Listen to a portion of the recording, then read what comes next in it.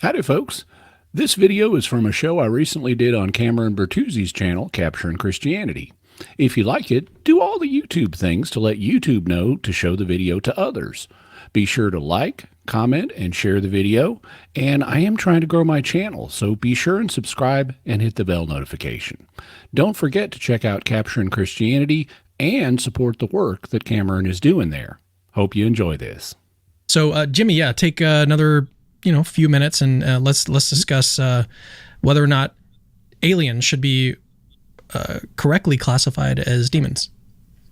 Okay, so this is a hypothesis that has been proposed in various Christian circles. You find this for example, in the Protestant community, where it's supported by author Hugh Ross. I mentioned him earlier in the show.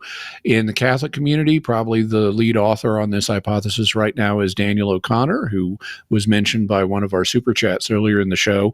And I have a couple of concerns about this. The first concern, now I'm going to say straight out, could some apparent aliens be demons? Could some UFO reports be due to demons? Sure. Demons can, like angels, can impersonate human beings, and they can do things like fly and levitate and, so forth. So demons, which are just bad angels, can do all those things too.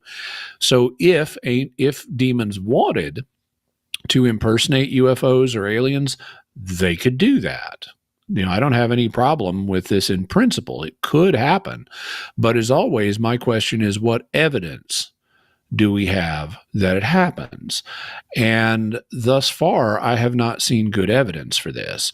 I did a whole episode of Mysterious World interacting with Hugh Ross's arguments. And frankly, I found them really, really, really weak. Like one of the things that you've mentioned, Calvin, is the availability bias that people have. Cameron, is the availability bias that people have.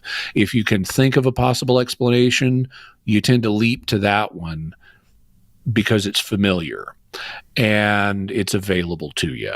And in his book, Hugh which he co-wrote with, I want to say, is it Ken Samples?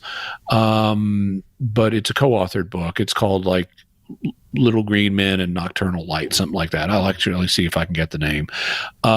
But he argues substantially that aliens can't exist because life is so statistically unlikely that it shouldn't exist anywhere in the universe. His book is called Lights in the Sky and Little Green Men. It's by Hugh Ross, Kenneth Samples, and Mark Clark. And by the way, I should mention, if Hugh Ross or someone associated with Hugh Ross happens to be watching this, I would love to set up a conversation between you and Jimmy. So that'd be great. So one of his big arguments is they can't exist because life is so statistically unlikely, and intelligent life even more so. And he has calculations where he attempts to show this. But the problem, as I mentioned earlier in today's show, is that, well, then life shouldn't exist here either because of how improbable it is. But it does exist here. And so at a minimum, you have to conclude from a theistic perspective that God put it here. But if God put it here, then he can put it elsewhere. And so you can't use a statistical argument to say aliens can't exist, because God is omnipotent and can do anything he wants. And if we know he put life here, then we can't know he didn't put it elsewhere. So I think that's just a bad argument. There are a lot of other problematic arguments, like he mentions how UFOs are sometimes seen to change shape. Okay, well, that happens sometimes. There are some reports of that. But you know what else changes shape? Airplanes. Even the ordinary airplanes we have now, they change their shape. They start out with their landing gear down. They take off. They retract the landing gear for most of the flight. Then when they're getting ready to land again, they put the landing gear back down. And that's just conventional airplanes. There are other airplanes that are known as variable geometry airplanes, or swing wings, where the position of the wings changes. Airplanes can also do things like send out drones They can launch other things that collect information and may come back to them and be reincorporated.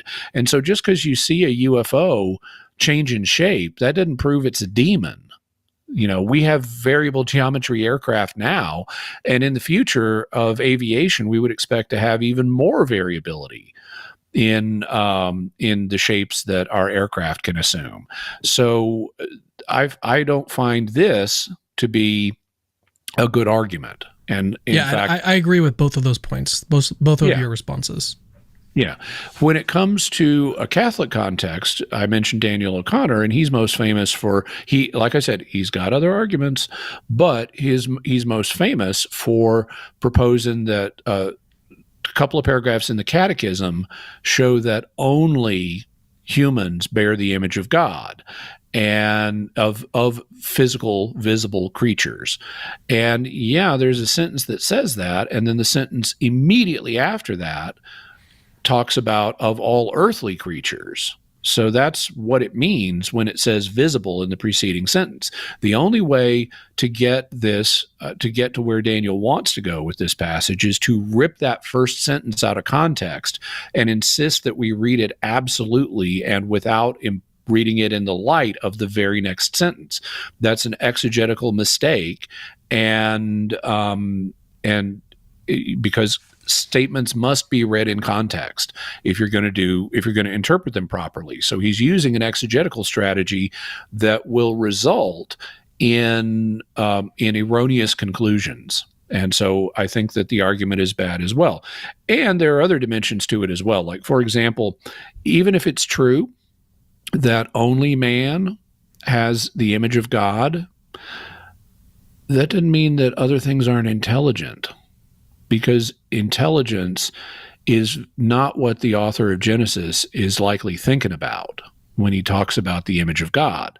In fact, some of the better research these days points to the image of God as being God's representative on earth. Just like an image of Pharaoh would represent the Pharaoh, man is the image of God, so we represent God to the earthly creation, and we reign over it in his stead. That's why God makes man in Genesis 1.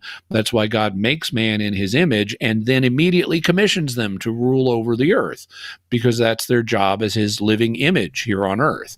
And so, if mankind's the only creature that is the image of God, then that doesn't mean other intelligent creatures don't exist. It just means they're not meant to rule over the earth the way we are. So there are a variety of issues here, but keeping it short.